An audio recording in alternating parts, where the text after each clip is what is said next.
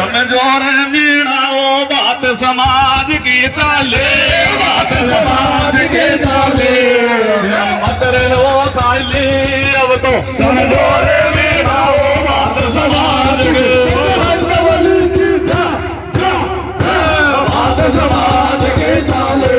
दिया जुड़ेगा रे जी धन होगी जमानत उस दिन, दिया जुड़ेगा रे जी धन होगी जमानत उस दिन, दिया जुड़ेगा रे जी धन होगी जमानत उस दिन, दिया जुड़ेगा रे जी धन होगी जमानत उस दिन, दिया जुड़ेगा रे जी धन होगी जमानत उस दिन, दिया जुड़ेगा रे जी धन होगी।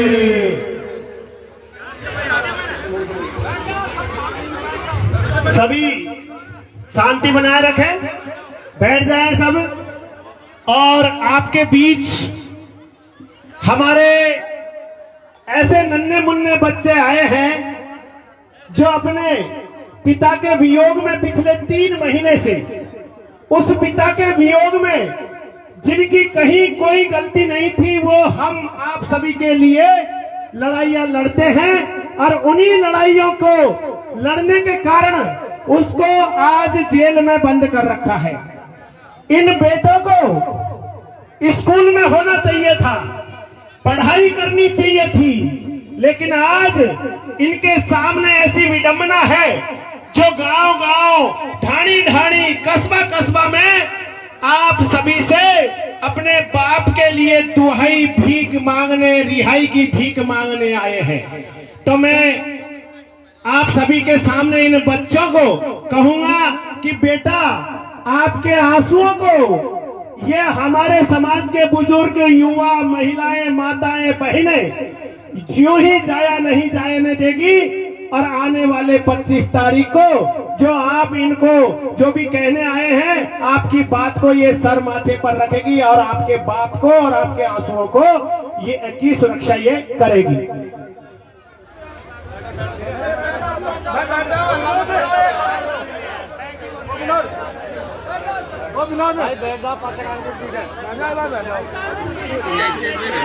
अभी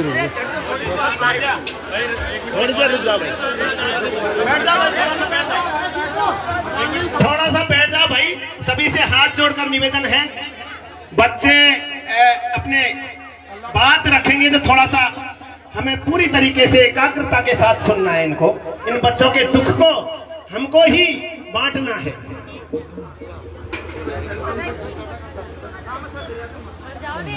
आप सभी की चरणों में मेरी ढोक।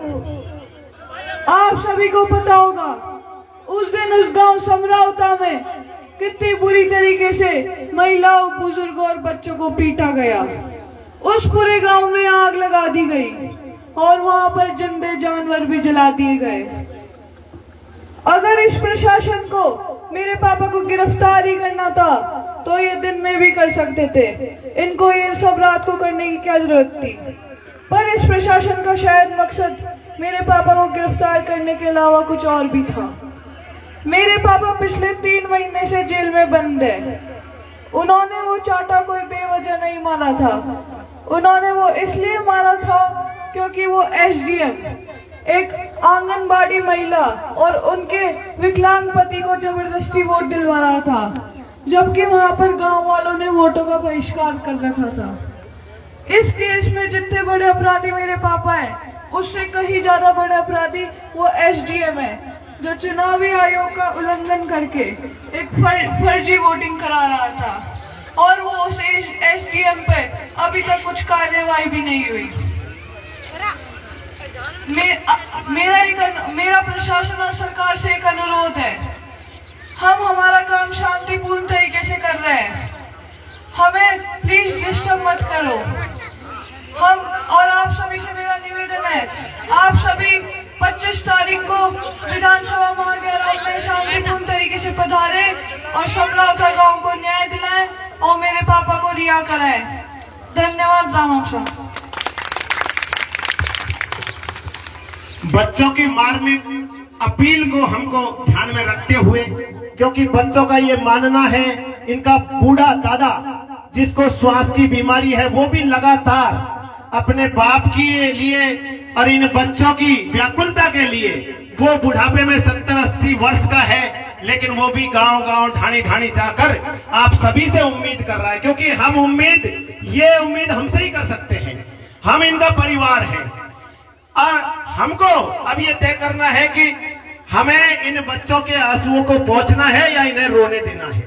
बस ये आप सब पर उम्मीद लगाए बैठे हैं, क्योंकि शासन प्रशासन अपना काम कर